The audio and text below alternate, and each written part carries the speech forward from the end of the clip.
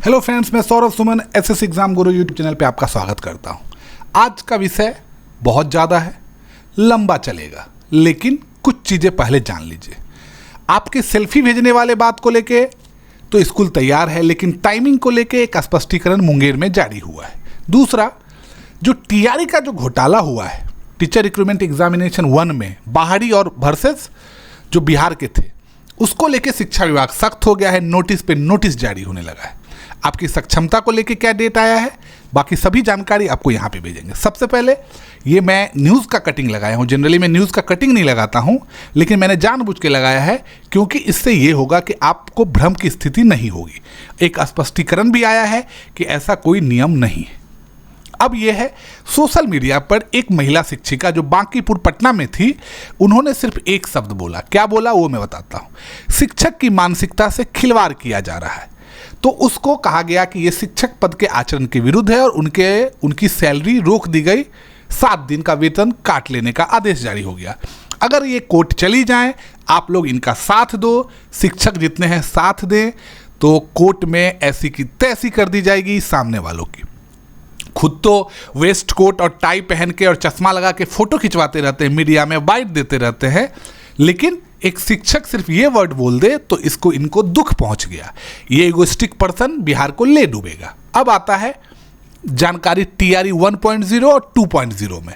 अब show cause notice जारी करना शुरू किया गया है और बहुत बहुत धन्यवाद औरंगाबाद के जितने भी जिला शिक्षा पदाधिकारी हैं उनको, क्योंकि उन्होंने फर्जीवाड़ा को बंद खत्म करने की शुरुआत कर दी।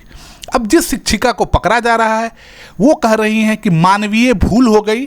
उन्होंने किसी और सब्जेक्ट में फॉर्म भरा था, किसी और सब्जेक्ट में एग्ज़ाम दिया और उनके पास उत्तीर्णता प्रमाण पत्र नहीं था, लेकिन उन्होंने जॉब करना शुरू कर दिया। सो सॉरी, लेकिन ये मानवीय भूल नहीं है, ये जानबूझ के किया हुआ भूल है, ये फर्जीवाड़ा है। अभी तक औरंगाबाद में 30 पकड़े जा चुके हैं और पकड़े जाएंगे, लिखा हुआ है, मैं अपने मन से नहीं बोल रहा हूं। जांच में और पकड़े जाएंगे फर्जी शिक्षक, और इन लोगों को पकड़ा जा रहा है। अब तो सभी से, जितने भी शिक्षक बाहरी हैं, उनसे डोमिसाइल मांगा जा रहा है। ऐसी शिकायत आ रही है कि उनका राशन कार्ड उस स्टेट में है जिस स्टेट के वो ओरिजिनल निवासी हैं, लेकिन आपको पता है कि बिहार में ये बनवाना डॉक्यूमेंट्स बहुत आसान है, और वो यहाँ पे बिहार में डॉक्यूमेंट्स बनवा के स्थानीयता का लाभ ले लिए। चलिए और बता रहा हूँ। अब इस चीज़ के लिए हम लोग सदैव जिला शिक्षा विभाग या शिक्षा विभाग के साथ रहें कि आप अगर स्कूल नहीं आइएगा तो आपकी सैलरी भी काटी जाएगी और आपको नौकरी से भी निकाला जाएगा। और इन कुछ शिक्षकों के कारण क्या हो रहा है कि पूरे शिक्षक कौम को, शिक्षक समाज को लोग गाली देते रहते हैं कि ये लोग लेट से आते हैं, जल्दी चले जाते हैं, सिर्फ इन कुछ शिक्षकों के कारण।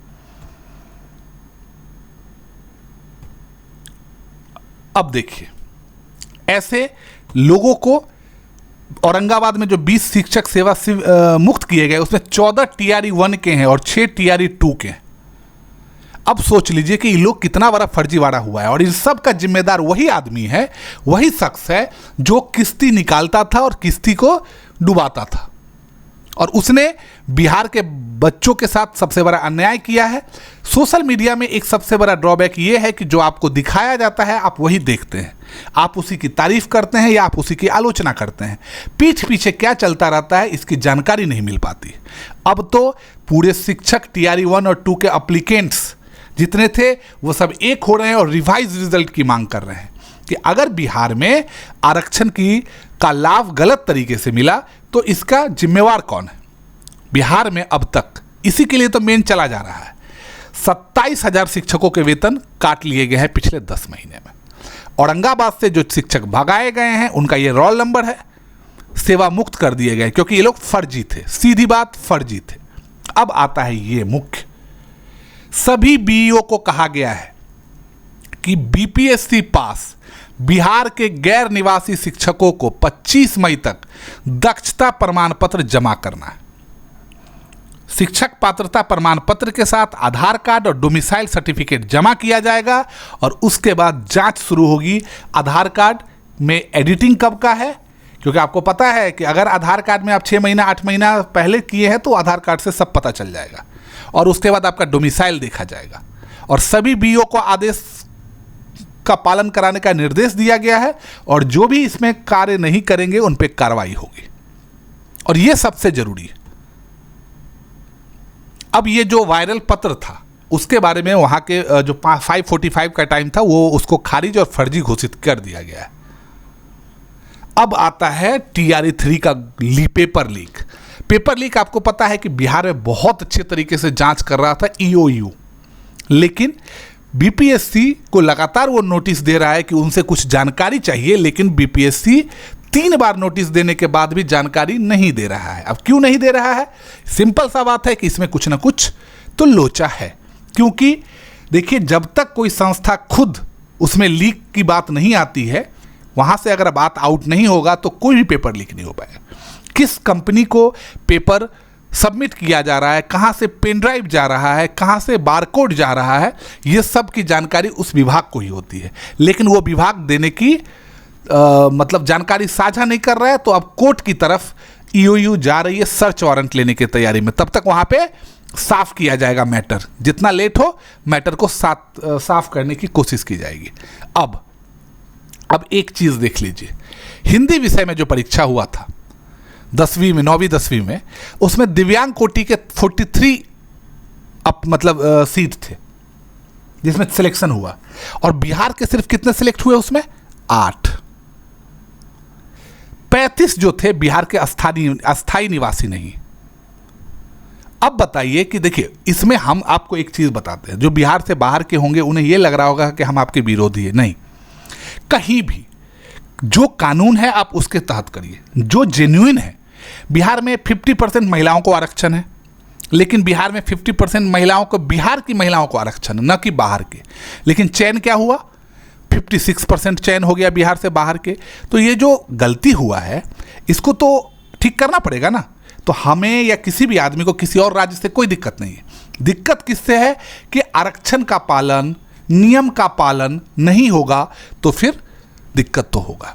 अब संघ, जो विद्यालय अध्यापक संघ है, वो अब हर एक जिला में एप्लीकेंट को बोला है कि आवेदन करिए, और मूल निवासी जो बिहार के थे योग्य अभ्यर्थी 50% आरक्षण वाले, उनको रिजल्ट जारी करने की मांग की जा रही है। और चुनाव के बाद देख लीजिएगा, ये बहुत लंबी रंगत लाएगी। देखिए क्या पेपर लिख रहा है, बाहरी अभ्यर्थी को मिल गया आरक्षण का लाभ। कैसे मिल सकता है? मिलने की कोई बात ही नहीं थी। आपको पता है सीटेट में, बिहार में सीटेट में 60% से अधिक अंक लाने पे भी 50% से ऊपर और 55% पे भी बच्चे जो पास होते हैं वो बिहार में अप्लीकेबल होते हैं, लेकिन वो बिहार के निवासी होने चाहिए थे।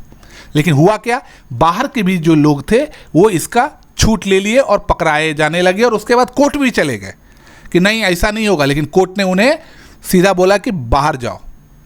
अब जांच शुरू हो गई है। दरभंगा की बात बता रहा हूं मैं। पात्रता प्रमाण, आधार कार्ड और डोमिसाइल सर्टिफिकेट लेके जांच शुरू हो गई।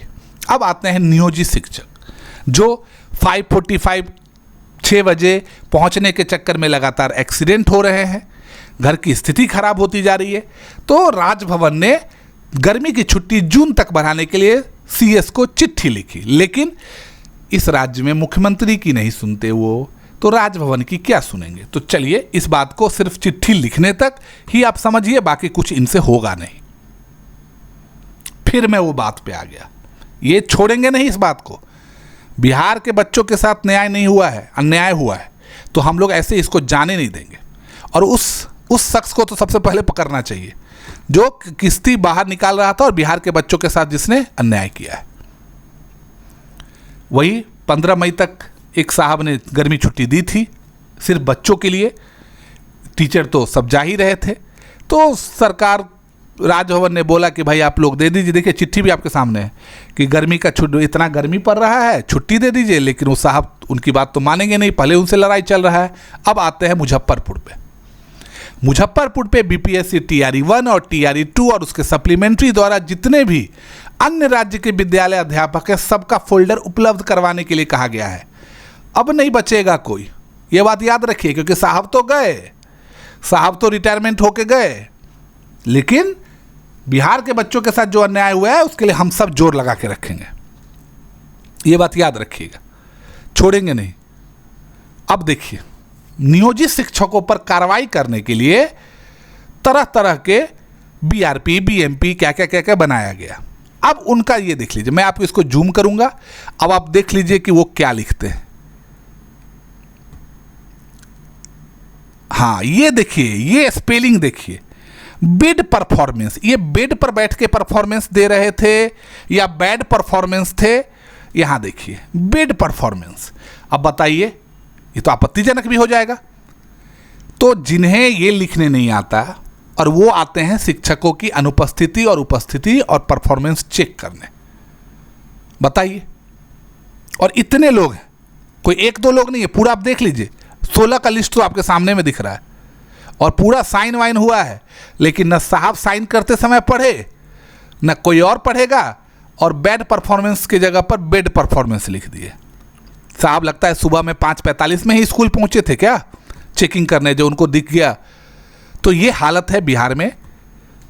जो शिक्षक अधिकारी बनते हैं, शिक्षकों के निरीक्षण के लिए जो अधिकारी आते हैं, उनका आज की एक रिपोर्ट आ रही है कि कहीं पे शिक्षकों को अभद्र भाषा शिक्षकों के साथ इस्तेमाल किया गया है। ये तो उनके मुख्य जो हेड है वही इडियट बोलते रहते हैं, गधा बोलते रहते थे, तो उनके शिक्षक सुनेंगे।